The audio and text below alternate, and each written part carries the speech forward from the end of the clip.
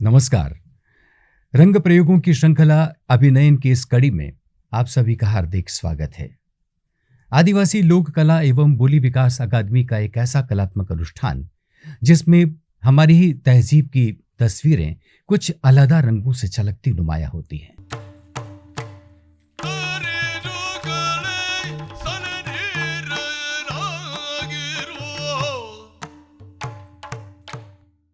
कुछ ऐसी दास्तानें, कुछ ऐसे अफसाने, कुछ ऐसी यादें जिनमें जैसे हमारी ही अक्स, हमारी ही तस्वीरें हमसे गुफ्तगू करते हैं। आज के इस रंग पटल पर हम आनंद लेंगे यक्षगान शैली का, और यक्षगान शैली भी ऐसी ही कुछ यादें, ऐसी ही कुछ दास्तानें और ऐसी ही कुछ कहानियां समेटते हुए एक अलग सी यात्रा पर चल पड़ने का आमंत्रण है।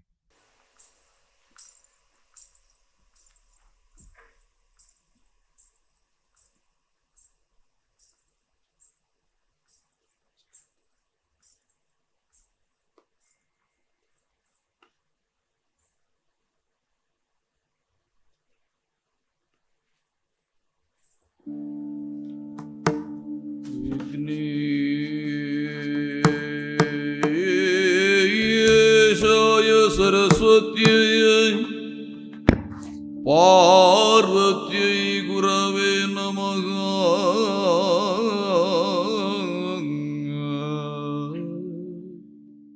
अतीत के पन्नों पर इंसानी उसूलों की बेमिसाल दास्तानों का बेशकीमती दस्तावेज है यक्षगान। कला के रंगमंच पर रोशन होती एक ऐसी दुनिया जहां शब्द, रंग, दृश्य और ध्वनियों के साथ बहते हुए भूली बिसरी कहानियों, किस्सों और यादों में भीगना भला सा लगता है।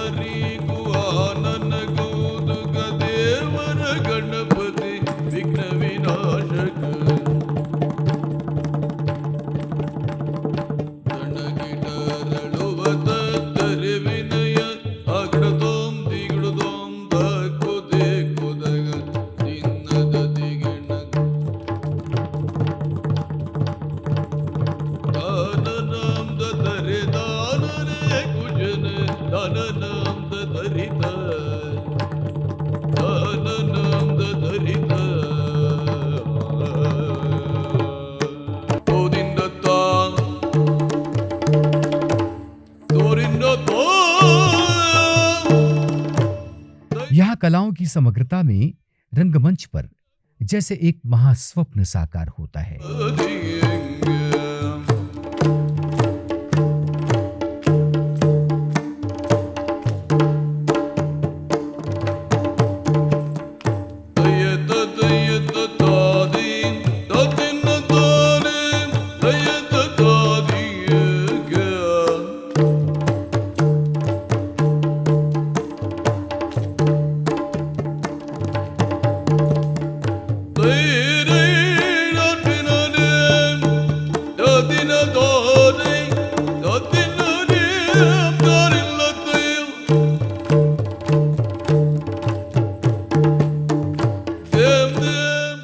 मिसाल के तौर पर यह प्रस्तुति, जिसमें महाभारत का बहुचर्चित चक्रव्यूह प्रसंग पांडवों और कौरवों के बीच एक घृणित षड्यंत्र और विजय की गाथा है।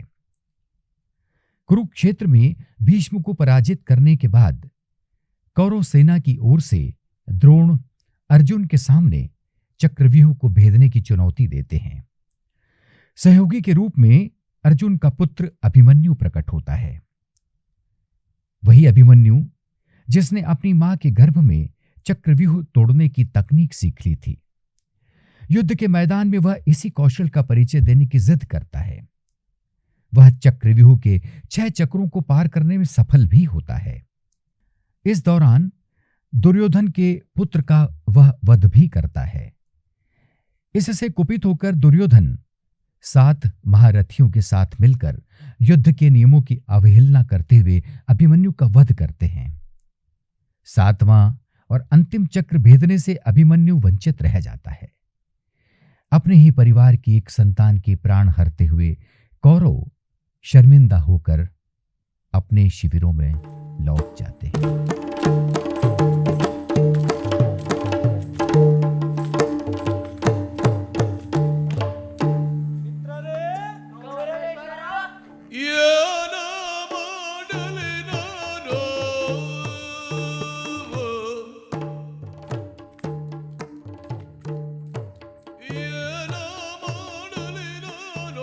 ಪಾಂಡವರ ಸೋಲಿಪಡೆ ಪಾಂಡವರ ಸೋಲಿಪಡೆ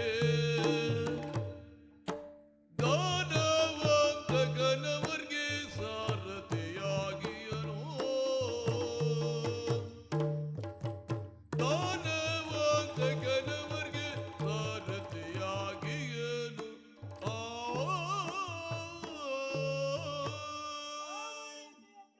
ಮಾಡಿದರು. ಆ ಪಾಂಡವರನ್ನು ಸೋಲಿಸಲು ನಮ್ಮಿಂದ ಸಾಧ್ಯವಾಗದೆ ಹೋಯಿತಲ್ಲ. ಮುತ್ತಜ್ಜ ಭೀಷ್ಮಾಚಾರ್ಯರ ಸೇನಾಧಿಪತ್ಯದಲ್ಲಾದರೂ ಜಯ ಖಂಡಿತ ಎಂದು ಭಾವಿಸಿದ್ದೆ. ಅದು ಸುಳ್ಳಾಗಿ ಹೋಯಿತು. 10 ದಿವಸದ ಸಮರದಲ್ಲಿ ಆಡಿದ ಮಾತನ್ನು ಉಳಿಸಿಕೊಂಡರೆ ಹೊರತು ಒಬ್ಬ ಪಾಂಡವರನ್ನು ಕೂಡ ಸೆರೆ ಹಿಡಿಯಲಿಲ್ಲ. ಮುಂದೆ ಏನ ಮಾಡಲಿ ನಾನು? ಆ ಸಮಯದೊಳಗೆ ಕಲಚದನು ನಡೆದೊಂದ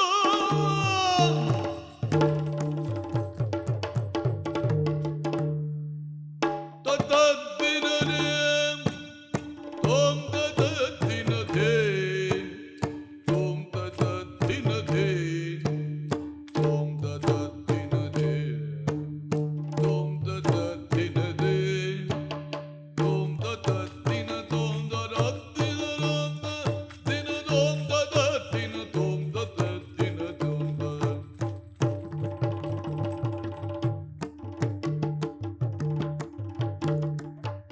स्मृतियों की महान संपदा और संस्कृति की हिफाजत करते हुए भारत के दक्षिणी तट पर बसे कर्नाटक राज्य की जिन परंपराओं पर वहां की पीढ़ियों को गर्व रहा है, यक्षगान उनमें अग्रणी है। नाट्य शैली में रच बस कर यह परंपरा हमेशा नई कौंध, नया कौतूहल जगाती समय के हर पड़ाव पर अपने भरे पूरे वजूद की गवाही देती रही है।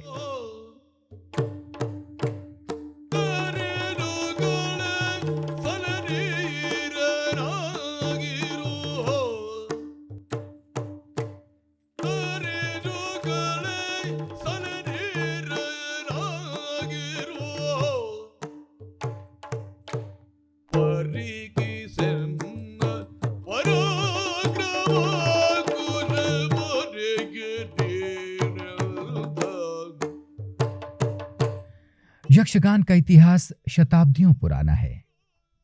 15वीं 16वीं सदी में भक्ति आंदोलन के दौरान इस परंपरा ने अपनी आंखें खोली। यह उजास इतना प्रखर और प्रभावी था कि लोक की आत्मा में बहुत गहरे तक उतरा। ಒಂದು ಹೊಸ ರೀತಿಯ ತಂತ್ರವನ್ನು ಹೂಡಿದ್ದೇನೆ. ಅದು ಏನೆಂದು ಹೇಳುತ್ತೇನೆ ಕೇಳು. ಹೇಳಿ ಗುರುದೇವ. ಪರಮೇಶ್ವರ. ಕುರುಕುಲಾಗ್ರಣಿಯೇ ಕೇಳಯ್ಯ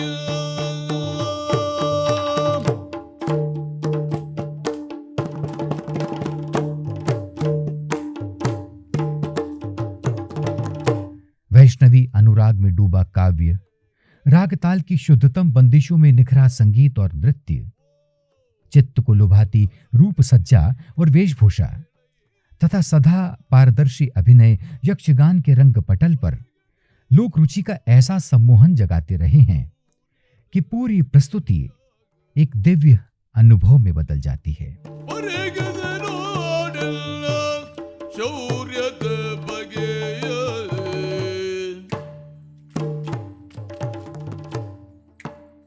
ಅರ್ಜುನ ಒಬ್ಬ ತಪ್ಪಿದರೆ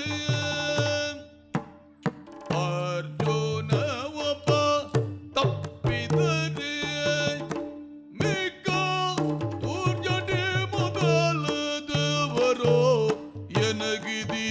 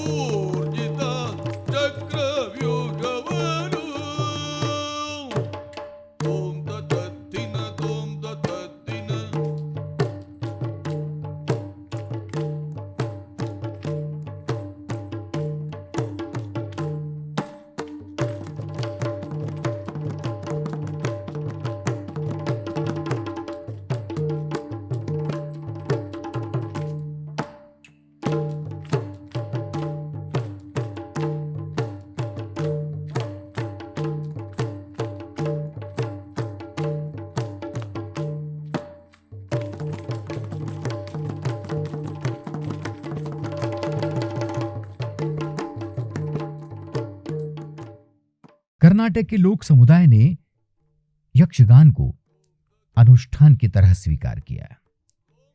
अतीत के पन्ने पलटते हुए मालूम होता है कि द्वापर की कृष्ण लीलाओं से लेकर पौराणिक प्रसंगों तथा चरित्रों का बखान करते हुए 15 से 20 कलाकारों की मंडलियां गांव-गांव जाकर आध्यात्मिक संदेश देती।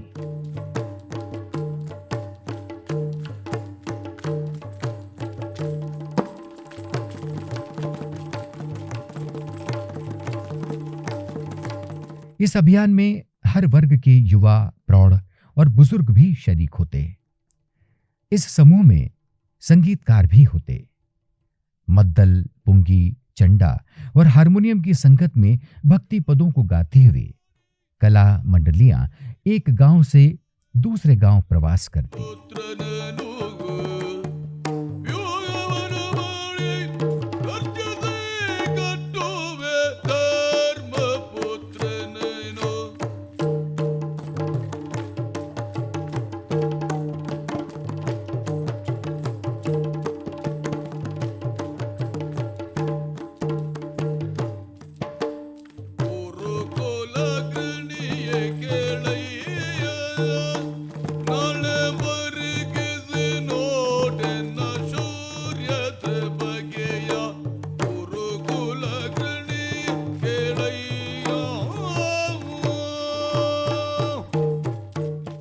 मंच कभी खेत खलिहान और बागान तो कभी घर का दालान भी होता। समय की किसी बंधी बंधाई आवृत्ति से परे यक्षगान का रस रात रात भर बरसता। इस रस में छंद कविता का कोमल भाव, राग ताल का माधुर्य, रूप श्रृंगार का निखार और कहानियों में बोल उठते किरदार रसिक दर्शकों को उस धरातल पर ले जाते जहां यक्षगान सात्विक अनुष्ठान की गरिमा लिए एक कलात्मक रूपक में ढल जाता।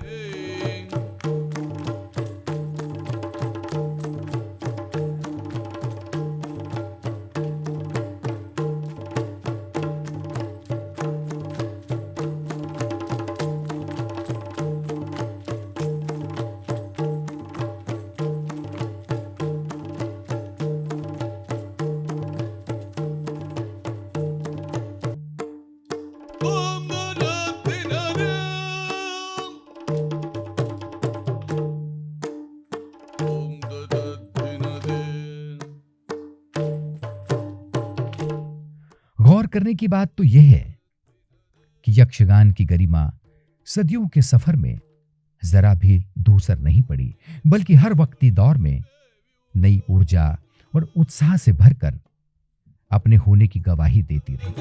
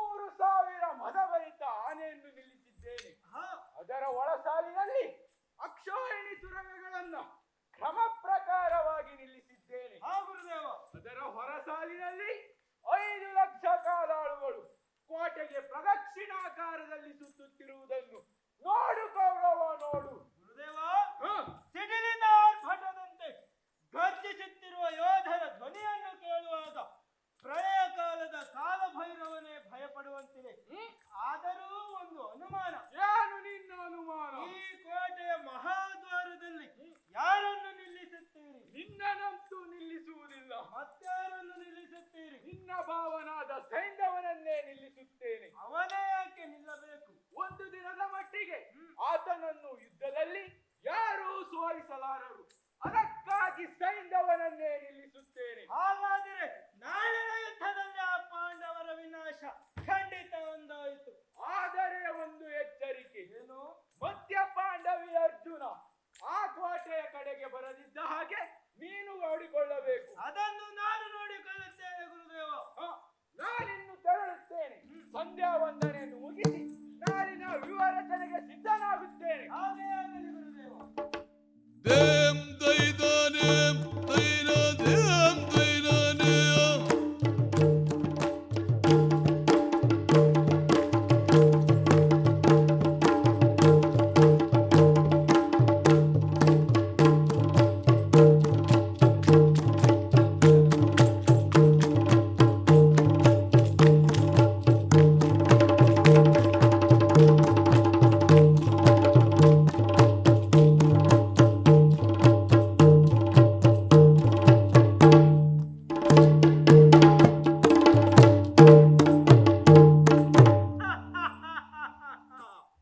ನಾಳಿನ ಯುದ್ಧದಲ್ಲಿ ಆ ಪಾಂಡವರ ವಿನಾಶ ಖಂಡಿತ. ಹಸ್ತಿನಾವತಿಯ ಸಿಂಹಾಸನ ನನ್ನದೇ. ಓಹ್ ನಾನು ಸಿಂಹಾಸನದಲ್ಲಿ ಕುಳಿತ ಕಾರಣ ರಾಜನಾದದ್ದಲ್ಲ, ಮತ್ತೆ ನಾನು ಕುಳಿತದ್ದೇ ಸಿಂಹಾಸನ ಆಗಿ ಹೋಯಿತು. ಓಹ್ ಕಾಡಿನ ಒಡೆಯ ಸಿಂಹನಿಗೆ ಮೃಗರಾಜನಾಗಿ ಪಟ್ಟಾಭಿಷೇಕವನ್ನು ಮಾಡಿದವರು ಯಾರು? ಯಾರು? ಆ ಶ್ರೀರಾಮನ ಬದುಕಿನಲ್ಲಾದರೂ ಹಾ ಪಟ್ಟಾಭಿಷೇಕದ ಪ್ರಸಂಗವಿದೆ. ಹೌದು. ನಾನು ಹಾಗಲ್ಲ, ಮತ್ತೆ ಸ್ವಯಂ ಸಾಮ್ರಾಟ ಹ್ಮ್ ಹಸ್ತಿನಾವತಿಯ ಅನಭಿಷಿಕ್ತ ದೊರೆ. ಹಾ ನಮ್ಮ ಪಕ್ಷಕ್ಕೆ ಸಹಾಯಾಸ್ತ ಚಾಚುವವರೇನಾದರೂ ಕಡಿಮೆ? ಯಾವುದಕ್ಕೂ ಶಲ್ಯಮಾವನನ್ನು ಮಾತನಾಡಿಸಿ ಬರುತ್ತೇನೆ. ದೇಂ ದೈದಾನೇಂ ದೈನ ದೇಂ ದೈದಾನೇಂ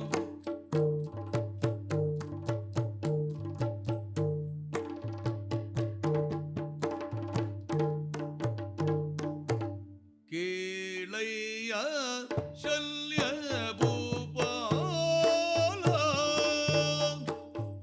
ಕೇಳಯ್ಯ ಶಲ್ಯ ಭೂಪಾಲ ನೀನು ನಾಳೆಯ ಕರೆದೋತ ರಾಕ್ಷಸ ಗಣಿಯಾಗ ನೀನು ನಾಳೆಯ ಕರೆದೋತ ರಾಕ್ಷಸ ಗಣಿಯಾಗ ಕೇಳಯ್ಯ ಶಲ್ಯ ಭೂಪಾಲ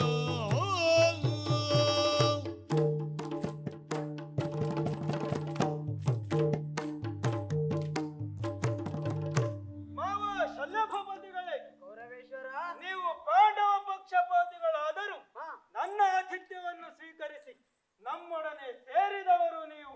ಗೌರವೇಶ್ವರ, ಮಾವನವರೇ, ಏನು ಬಹಳ ಹೊಗಳುವುದಕ್ಕೆ ಶುರು ಮಾಡಿದ್ದೀಯಲ್ಲ. ಹಾ ನನ್ನಿಂದ ಏನಾದರೂ ಸಹಾಯ ಆಗಬೇಕೆ?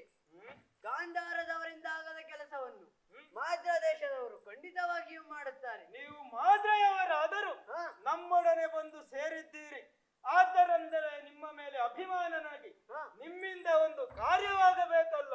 ನೀನು ನನ್ನ ಬಳಿ ಬಂದಾಗಲೇ ನಾನು ಯೋಚಿಸಿದೆ, ಹಾ ಕೆಲಸವಿಲ್ಲದೆ ನೀನು ಹಾಗೆಲ್ಲ ಬರುವವನಲ್ಲ ಎಂದು. ನನ್ನಿಂದ ಏನಾಗಬೇಕು? ಪಾತಾಳ ಲೋಕದ ನಿವಾಸಿಗಳಾದಂತಹ ಆ ಸಮಸಪ್ತಕರನ್ನು ಈ ಕೂಡಲೇ ನನ್ನಲ್ಲಿಯವರೆಗೆ ಕರೆತರಬೇಕು. ರಾಜಾಜ್ಞೆ ಮಾಡಲೇಬೇಕು. ಈಗಲೇ ಕರೆತರುತ್ತೇನೆ. ಹೋಗಿ ಬನ್ನಿ. यक्षगान का सुघड़ अलंकृत और सदा लुभाता यह रंगमंच गहरे तप, पुरुषार्थ और प्रतिबद्धता का परिणाम है। यह सामूहिक प्रयत्नों की रचनात्मक उपलब्धि है जिसमें निश्चय ही उन पुरखों की साधना का संयोग है जिन्होंने भारतीय सांस्कृतिक परंपरा का बीजारोपण किया और समाज के लिए उसका सार्थक प्रयोग किया। यक्षगान की रंगभूमि पर तपस्या का यह ताप आज भी अनुभव होता है।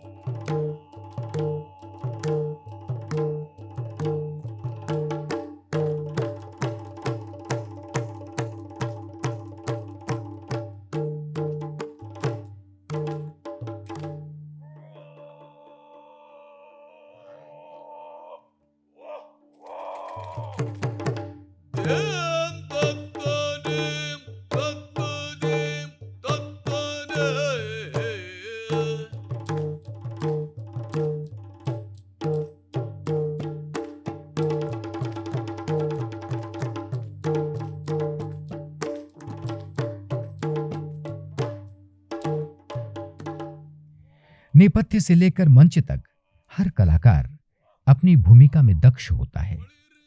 यह सामर्थ्य गहरी संलग्नता, अभ्यास और परंपरा के प्रति गहरे मान से अर्जित होता है।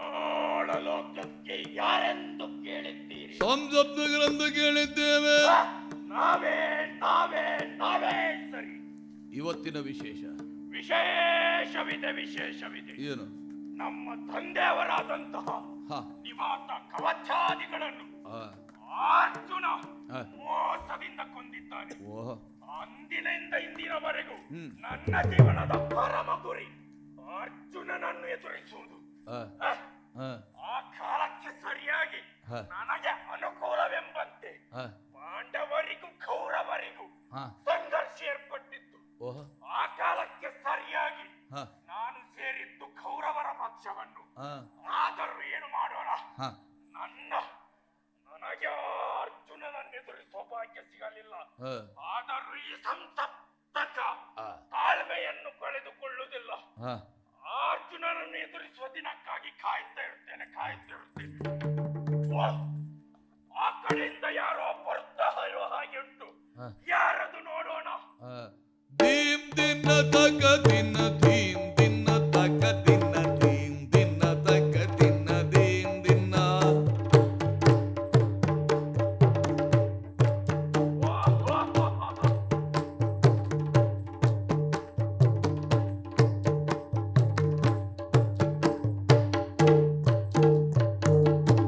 ಮಾದ್ರಾಧಿಪತಿ ಶಲ್ಯ ಭೂಪತಿಗಳಿಗೆ ವಂದನೆಗಳು.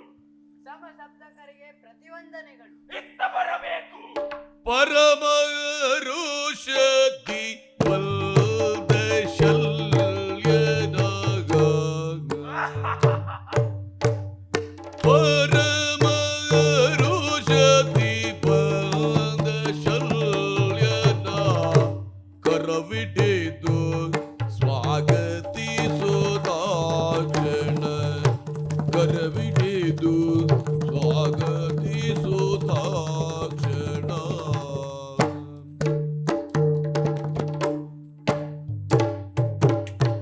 ಅರರೆ ಅಚ್ಚರಿ ಬಂದ ಕಾರಣ ಅರುಹಿರೆನೆಲು. ಅರರೆ ಅಚ್ಚರಿ ಬಂದ ಕಾರಣ ಅರುಹಿರೆನಲು.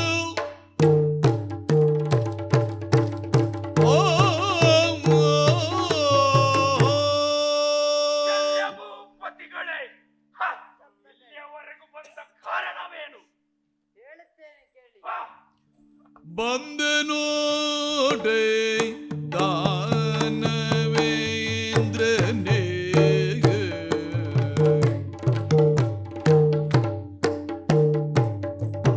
ಬಂದೆ ನೋಡೆ ದಾನವೇಂದ್ರನೇ.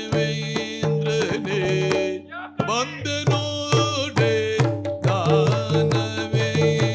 ದಾನವೇಂದ್ರನೇಗೆ.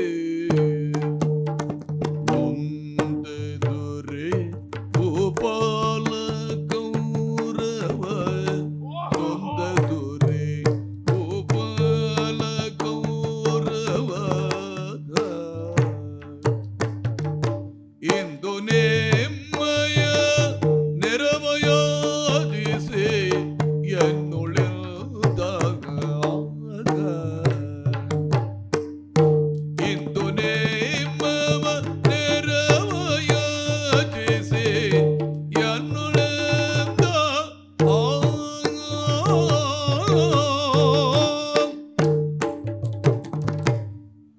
ಓ ಸಮಸಪ್ತಕರೇ, ಮಾದ್ರಾಧಿಪತಿ ಶಲ್ಯ ಭೂಪತಿಗಳೇ, ಗುರುತ್ವರೆ ಕೌರವೇಶ್ವರ ನಿಮ್ಮನ್ನು ಬರೆ ಹೇಳಿದ್ದಾನೆ. ಕೌರವೇಶ್ವರ ನನ್ನನ್ನು ಬರ ಹೇಳಿದ್ದಾನೆ. ಹೌದು. ಯಾಕಂತೆ? ಏನಂತೆ? ಹ, ನಿಮಗೆ ಹೇಗೆ ತಿಳಿದಿರಲು ಸಾಧ್ಯ? ಇನ್ನು ಸಮಯ ವ್ಯರ್ಥ ಮಾಡುದು ಸರಿಯಲ್ಲ. ನಡೆಯೋ ಹೋಗೋಣ. ಹ. ದೇಂ ತೈರ ದೇಂ ತೈರ ದೇಂ ತೈರ ದೇಂ ತೈರ.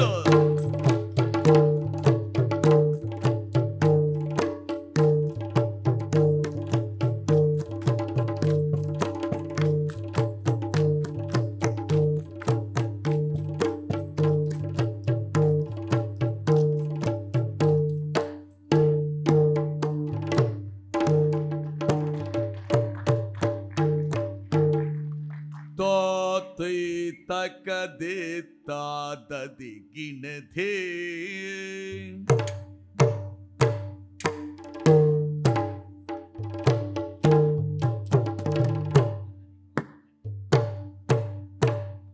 ತೋತೈ ತಕದೆ ತಾದದಿ ಗಿಣಧೇ ತೋತೈ ತಕದೆ ತಾದದಿ ಗಿಣಧೇ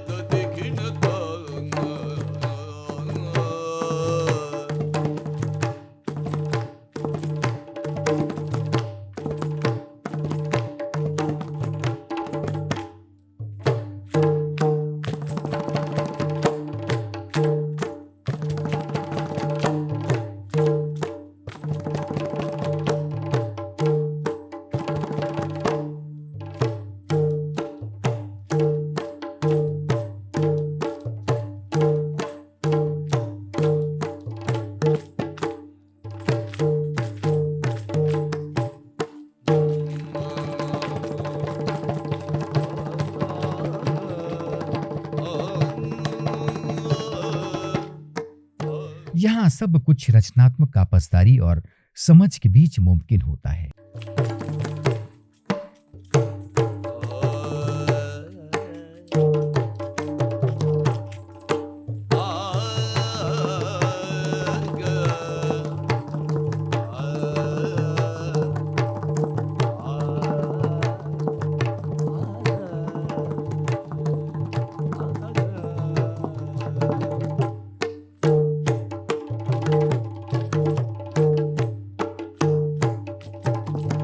ಗೌರವೇಶ್ವರ ನನ್ನನ್ನು ಬರೆ ಹೇಳಿದಂತಹ ಕಾರಣವೇನು? ಹೇಳುತ್ತೇನೆ ಕೇಳಿ.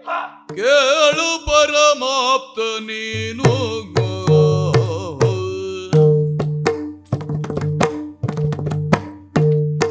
ಕೇಳು ಪರಮಾಪ್ತ ನೀನು ನಿನ್ನೊಡನೆ ಬೇಳುವೆನು ಮಮ ವ್ಯಥೆಯನು ನಿನ್ನೊಡನೆ ಬೇಳುವೆನು ಮಮ ವ್ಯಥೆಯನು ಏನದು? ಸದೆಬಡಿಯನ ಭಕ್ತನ ಸದೆಬಡಿಯನ ಭಕ್ತನ ಕರೆಸಿಯನು ಮುದದಿಂದ ನಂಬಿನಿಲ್ಲ ಕರೆಸಿಯನು ಮುದದಿಂದ ನಂಬಿನಿಲ್ಲ ಕರೆಸಿಯನು ಮುದದಿಂದ ನಂಬಿನಿಲ್ಲ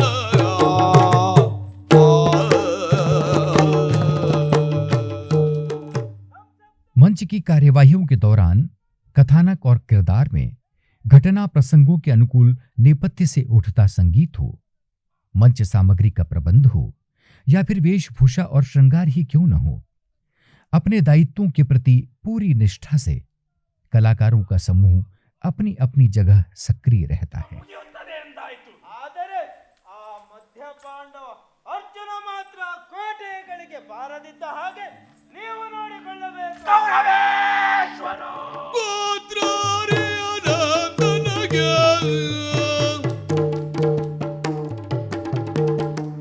ಗೋತ್ರಾರ್ಯನ ತನಗೆ ಭಗವೆತ್ತಲು ಬಿಡನೆ ಕಡೆಗೆ ಭಗವೆತ್ತಲು ನೆನೆ ಕಡೆಗೆ ಮತ್ತ ನಾಲ್ವರಗೆಲ್ಲಿದು ನಿಲ್ದರ್ತಿಯ ಸಲ್ಲಿಸಿಕೊಳ್ಳಿದು ಮತ್ತ ನಾಲ್ವರಗೆಲ್ಲಿದು ನಿಲ್ದರ್ತಿಯ ಸಲ್ಲಿಸಿಕೊಳ್ಳಿದು ಗೌರವೇಶ್ವರ ಸಂಸಪ್ತಕರೇ. ಏನಂದೆ? ಅರ್ಜುನನ ಎದುರಾಗಿ ನಾನು ಹೋಗಬೇಕೆ? ಚಿಂತಿಸಬೇಡ. ಅರ್ಜುನನೇನು ಉಳಿದ 4 ಜನ ಪಾಂಡವರನ್ನು ನಾನೇ ಎದುರಿಸುತ್ತೇನೆ. ಅಷ್ಟು ಮಾತ್ರವೆಂದು ತಿಳಿಯಬೇಡ. ಮತ್ತೇನು? ಅವರನ್ನೆಲ್ಲ ಕೈಗೊಂಬೆ ಹಾಗೆ ಆಡಿಸುತ್ತಿರುವ ಆ ಶ್ರೀಕೃಷ್ಣನನ್ನು ನಾನೇ ಸದೆ ಬಡಿಯುತ್ತೇನೆ. ಕೊಡು ದೂರವೇಳ್ಯವನು. ಏನು ಬೇಕಾದರೂ ಮಾಡಿ. ಹಾ. ಒಂದೇ ನೀವು ಸಾಯಬೇಕು, ಇಲ್ಲ ಅವ ಸಾಯಬೇಕು. ಈಗ ದುರವೀಳ್ಯವನ್ನಿಟ್ಟಿದ್ದೇನೆ. ಹಾ. ಬನ್ನಿ ಈಗ ಹೋಗೋಣ. ಕೃದ್ಗದಿ ತೋಂ ತೋಂ ತದಿನದ ಕೃದ್ಗದಿ ತೋಂ ತೋಂ ತದಿನದ ಬರೆ ತೋಂ ತೋಂ ತದಿನದ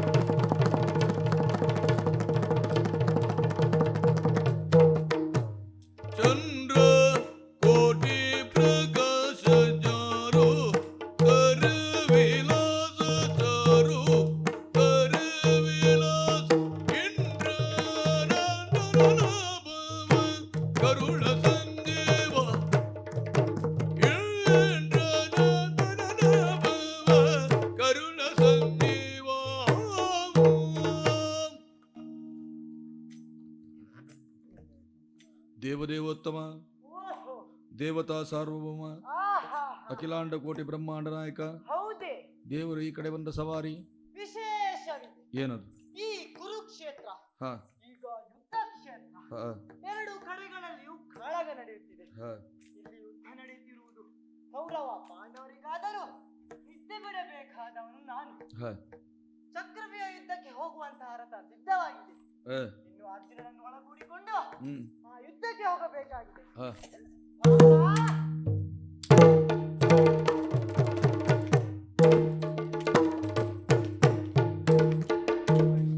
ಪಾರ್ಥ, ನನ್ನನ್ನು ಕರೆಸಿದ ಕಾರಣ ಏನು? ಭಗವಾನ್ ಭಾಸ್ಕರ ದೇವರು ಉದಯಿಸುವ ಮುನ್ನವೇ ರಣಕ್ಷೇತ್ರಕ್ಕೆ ಹೊರಡಬೇಕಾದದ್ದು ನಮ್ಮ ಕರ್ತವ್ಯ. ರಥ ಸಿದ್ಧವಾಗಿದೆ, ಹೋಗೋಣ. ಹೋಗೋಣ. ಹಾ ಕೃಷ್ಣ. ಪಾರ್ಥ, ನಾನು ಹೊರಡುವ ಸಿದ್ಧತೆಯಲ್ಲಿದ್ದೆ. ಹಾ ಆದರೆ ಒಂದು ಸಮಸ್ಯೆ. ಏನದು? ವಾಸುದೇವ, ಪಾರ್ಥ. ಇಂದಿನ ಯುದ್ಧದ ಸಿದ್ಧತೆಯಲ್ಲೇ ನಾನಿರುವಾಗ ಹಾ ಸಮಸಪ್ತಕರು ಯುದ್ಧಕ್ಕೆ ಕರೆಗೊಟ್ಟಿದ್ದಾರೆ. ಹಾಗಾದರೆ ತಡ ಮಾಡುವುದಲ್ಲ, ಹೋಗೋಣ ಯುದ್ಧಕ್ಕೆ. ಹೋಗಬಹುದಿತ್ತು. ಹಾ ಅದೇ ಸಮಯಕ್ಕೆ ಗುರು ದ್ರೋಣಾಚಾರ್ಯರು ಅರ್ಜುನನ ಯುದ್ಧಕ್ಕೆ ಬರಬೇಕೆಂದು ಕರೆಗೊಟ್ಟಿದ್ದಾರೆ. ಹಾ ಒಂದೇ ಸಮಯದಲ್ಲಿ ಎರಡು ಕಡೆ ಯುದ್ಧ ಹೇಗೆ ಮಾಡಲಿ? ಪಾರ್ಥ, ಯುದ್ಧದ ನಿಯಮದ ಪ್ರಕಾರ ಮೊದಲು ಕರೆ ಕೊಟ್ಟವರೊಡನೆ ಯುದ್ಧ ಮಾಡಬೇಕು. ಅದಕ್ಕಾಗಿ ಸಮಸಪ್ತಕರೊಡನೆ ಯುದ್ಧಕ್ಕೆ ಹೋಗೋಣ. ಚಕ್ರವ್ಯೂಹ ಯುದ್ಧಕ್ಕೆ ಹೋಗುವವರು ನಮ್ಮಲ್ಲಿ ಯಾರಿದ್ದಾರೆ? ಮತ್ತೆ ಯಾರು? ನಿನ್ನ ಮಗ, ನನ್ನ ಅಳಿಯ ಅಭಿಮನ್ಯು ಇದ್ದಾನೆ. ದೇವ, ಆತ ಚಿಕ್ಕವನಲ್ಲಿ ಚಕ್ರವ್ಯೂಹದ ಯುದ್ಧ ಗಣ್ಯವೇ ಅಲ್ಲ. ಮಾರ ಅಭಿಮನ್ಯು ಸಿಂಹನಂತೆ ಹೋರಾಡಬಲ್ಲ. ಈಶ್ವರ ರಥವನ್ನು ತಡೆದು ನಿಲ್ಲಿಸಿದಾತ. ಹೆದರಬೇಡ, ಗಾಂಡಿವವನ್ನು ಹಿಡಿ, ಹೋಗೋಣ ಯುದ್ಧಕ್ಕೆ. ನಿನ್ನಪ್ಪನೇ ಭಾರತರಥವ. ಕಡಿಗಾರಿತ್ತು ಅಂಗರೆ ದೇಂ ದೈನ ದೇಂ ದೈತಾತಿ ಕರೆ.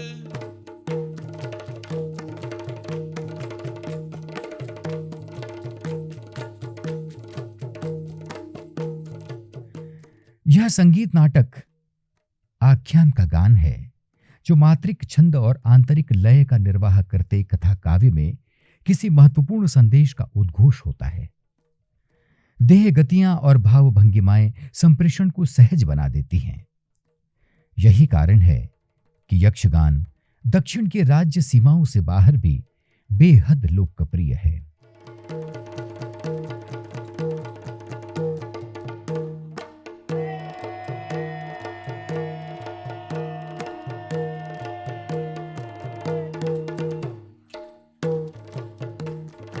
ದೇಂ ದೈನ ದೇಂ ದೈನ ದೇ ಓ.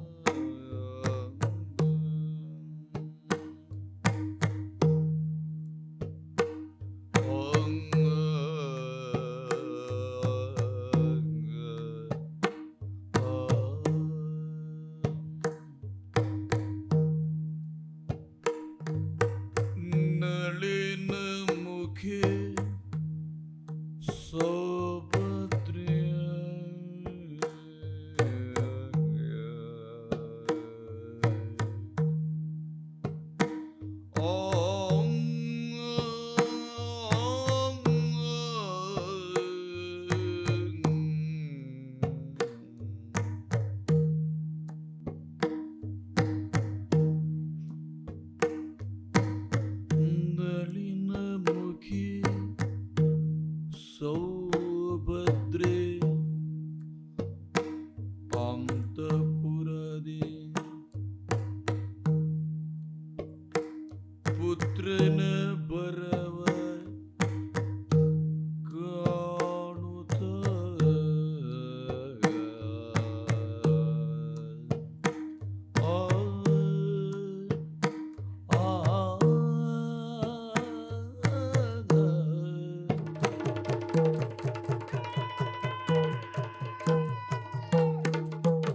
यक्षगान की प्रस्तुति का आस्वाद और अवलोकन करते हुए पहली नजर में ही पात्रों की आकर्षक वेशभूषा और रूप सज्जा मन को लुभाती है।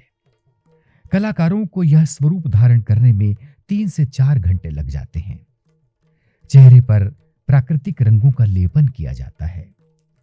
चटक रंगों के ही परिधान और पारंपरिक आभूषण तथा लकड़ी, थर्मोकोल, धातुओं, शीशे के रंगीन टुकड़ों तथा पत्थरों से निर्मित मुकुट पूरी सज धज को और भी भव्यता प्रदान करते हैं। इस बनक के साथ जब किरदार मंच पर नुमाया होते हैं तो एक अलग देश काल वहां निर्मित हो जाता है।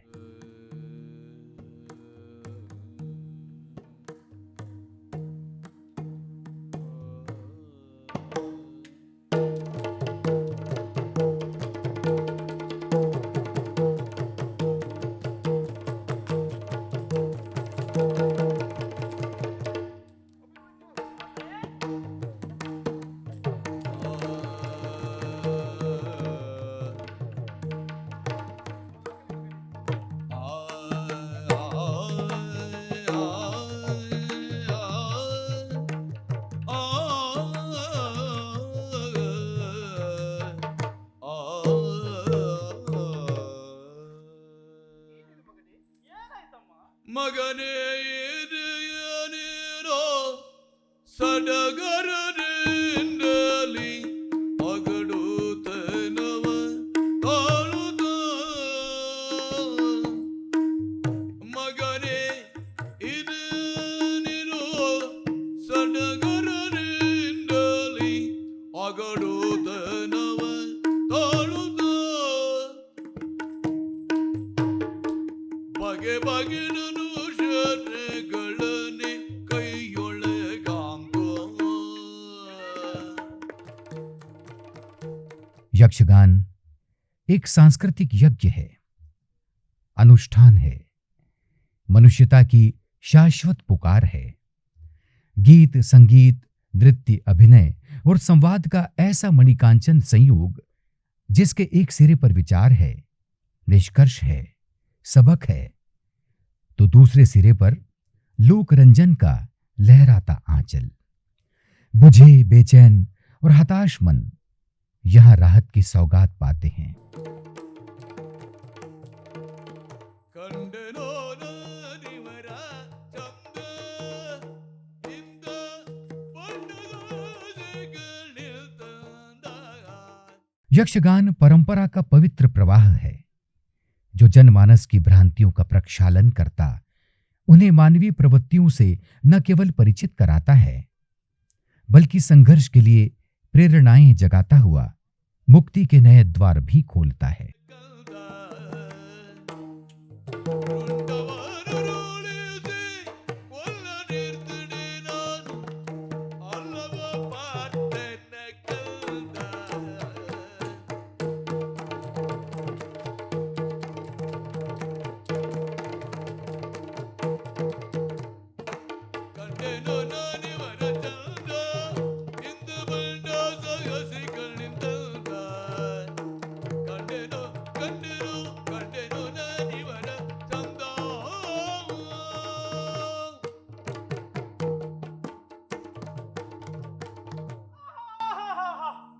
ಒಬ್ಬನಲ್ಲಿ ಯುದ್ಧ ಮಾಡಲಾರದೆ ಎಲ್ಲರೂ ಒಂದಾಗಿ ನಿಂತಹ ಚಂದವನ್ನು ನೋಡಿ ಇವರ ಶಿರವನ್ನು ಕತ್ತರಿಸದಿದ್ದರೆ ಪಾರ್ಥನ ಕುವರನಲ್ಲ ಎಂದೆಣಿಸಿ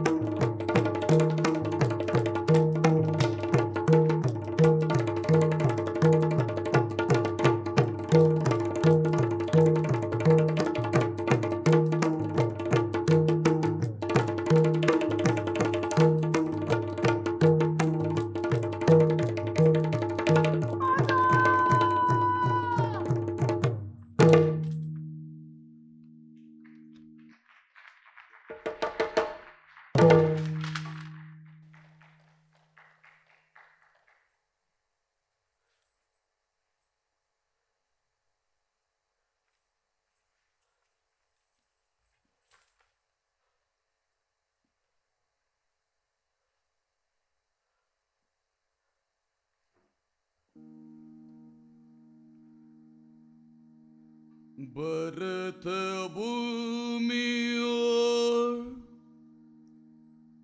ಮೊಳೆತ ಚಿಗುರನು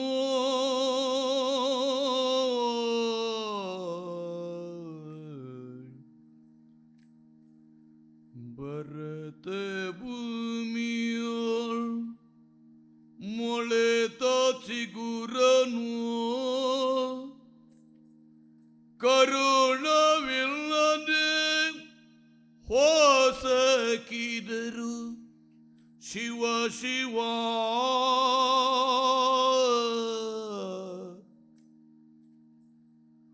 ದುರವು ಜೀವನವಲ್ಲ ದುರವು यक्षगान को देखना भारत के स्वर्णिम सांस्कृतिक अतीत के उजाले में इंसानी दुनिया के जाने अनजाने उन पहलुओं से वाकिफ होना है जो आज भी एक उसूल के मानिंद हमारे समय और जीवन में गहरे तक रचे बसे हैं। यक्षगान की रंगभूमि का सच यही है। आप देख रहे थे कर्नाटक की यक्षगान शैली पर आधारित रंग प्रस्तुति चक्रव्यूह। अगले अंक में किसी ऐसी ही भारतीय नाट्य शैली पर आधारित प्रस्तुति के साथ आपसे मुखातिब होंगे। नमस्कार।